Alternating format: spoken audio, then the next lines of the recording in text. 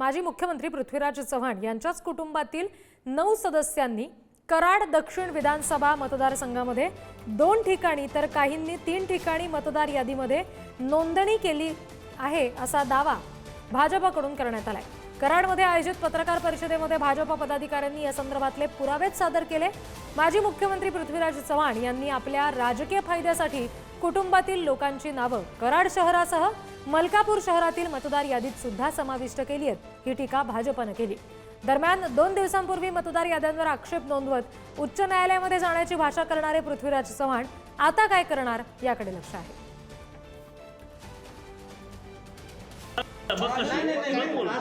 संविधानाला धरून आहे अशा गोष्टी या राज्याचे ज्यांनी माजी मुख्यमंत्री ज्यांनी पद भूषवलंय आणि काँग्रेस पक्षानं जी कमिटी स्थापन केली यादी पुनरीक्षण करण्याची, त्या कमिटीचे अध्यक्ष आहेत, अशा व्यक्तीच्या कुटुंबातीलच लोक जर अशी करत असतील तर सर्वसामान्य लोकांनी काय करायचं?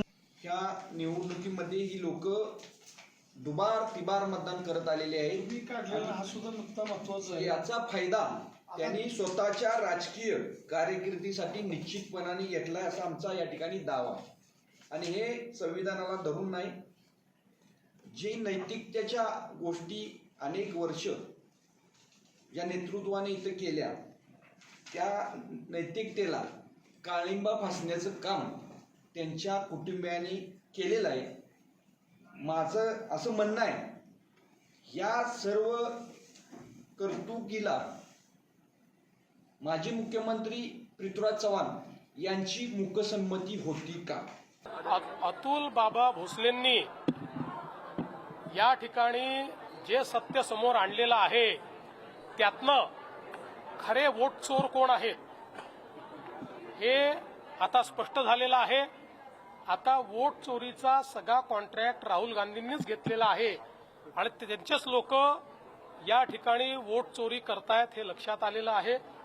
आणि मला असं वाटतं की आता याचं उत्तर राहुल गांधींनी दिलं पाहिजे।